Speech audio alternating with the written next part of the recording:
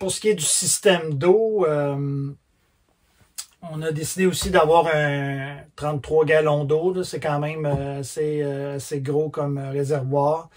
Par contre, j'ai pas besoin de toujours courir après de l'eau pour avoir de l'eau et tout ça. Donc, ça dure encore là un bon 4-5 jours si on fait attention. Si on fait encore plus attention, ben, ça dure plus longtemps parce que en fait, ce qu'on a choisi de faire, c'est qu'on n'a pas de toilette là, qui utilise l'eau.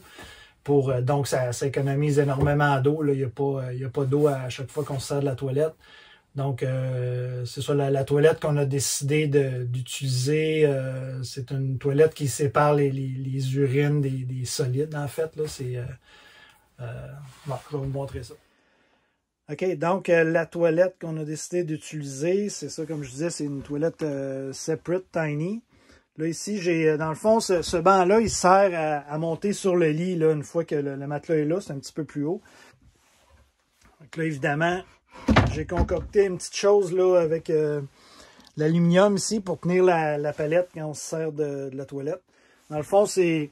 Là, présentement, j'ai débranché le ventilateur, mais normalement, il y a un ventilateur qui fait toujours une pression négative. Dans le fond, ça ventile tout le temps vers l'extérieur, en dessous de la vanne. Comme ça, il n'y a pas d'odeur du tout, là. Dans le fond, quand on s'assoit sur la toilette, dans le fond, ça ouvre le compartiment. Puis dans ce compartiment-là, on met un sac biodégradable ou n'importe quelle sorte de sac là, de poubelle pour récupérer le numéro 2, comme on dit. Puis les urines, mais en fait, ça s'en va en avant dans un compartiment ici qui est très facile à enlever. Une fois que c'est fait, on part avec ça. Puis on va le vider dans n'importe quelle toilette. Puis c'est n'importe quel endroit là, où on peut disposer des eaux usées. Donc ça dure encore là quelques jours facilement. Et puis aussi, ce qui est intéressant, c'est que la toilette, en fait, quand l'urine devient presque plein, ben, il y a une petite lumière rouge qui allume. Comme ça, on sait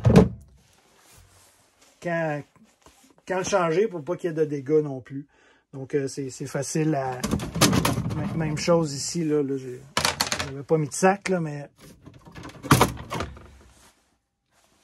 l'espèce de poubelle, ça va mal à une main, là, mais dans le fond, on sort ça, on dispose du sac.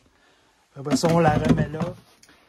Dans le fond, on a choisi également d'avoir une douche à l'intérieur de la vanne, mais ce qu'on voulait pas, c'est avoir une espèce de cubicule qui est dédié à ça, parce que on voulait avoir vraiment beaucoup d'espace de disponible là, pour circuler. Donc, ce qu'on a remarqué là, dans la vanne qu'on avait louée, c'est que il n'y avait pas beaucoup d'espace entre les modules dû justement à la salle de bain. Donc, on voulait vraiment là, avoir une douche, mais pas nécessairement le cubicule là, qui bloque tout l'espace. Puis ça fait aussi beaucoup plus ouvert. Donc, avec la douche ici, là, comme ça, avec il y a un rideau qu'on met pour en fait là, pour pas envoyer de l'eau partout. Puis à ce moment-là, ça fait un espace ici pour la douche. Il y a un drain qui envoie ça directement là, en dessous dans le réservoir. Et puis à ce moment-là, quand on a fini, ben c'est facile, on fait juste relever ça. Puis c'est fini, puis ça prend pas d'espace.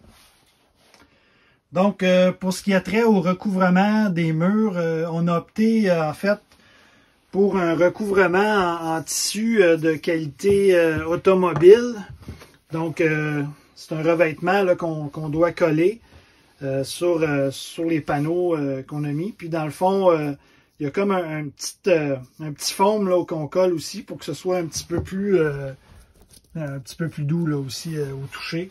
Donc ce qu'on a fait, c'est qu'on en a mis partout sur les murs. Comme ça, c'est facile d'entretien, c'est anti-moisissure. C'est vraiment fait là, pour les véhicules. Donc, c'est ça, les autres choix qu'on a fait. En fait, on a choisi d'installer une banquette rétractable. Si jamais on décide d'avoir des personnes avec nous, si on fait un petit voyage, etc.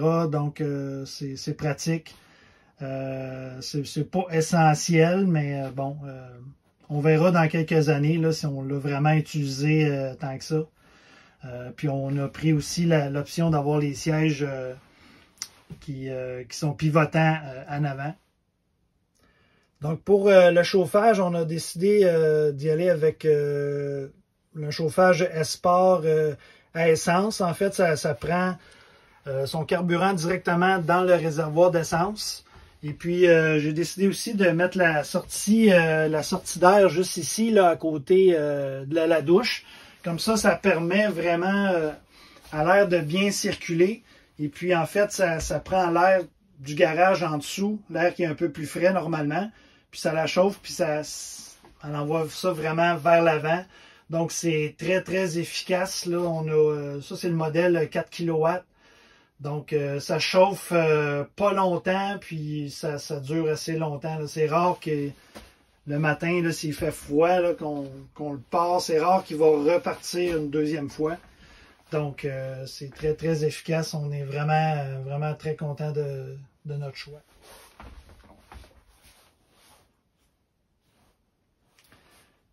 Donc, pour le lavabo, on a décidé d'avoir un lavabo qui était quand même assez grand, assez profond. Et puis, en fait, quand on enlève le couvert, on peut rétracter ça ici. Puis, en fait, on a le porte-savon et tout ça. Donc, c'est assez profond. Ça peut même se laver les cheveux là-dedans si on veut. C'est vraiment bien fait. Puis à ce moment-là, quand on baisse le robinet, tout ça, on peut avoir plus d'espace aussi pour la préparation des aliments. Donc, c'est ce qui conclut la deuxième partie. Alors, bye, à la prochaine.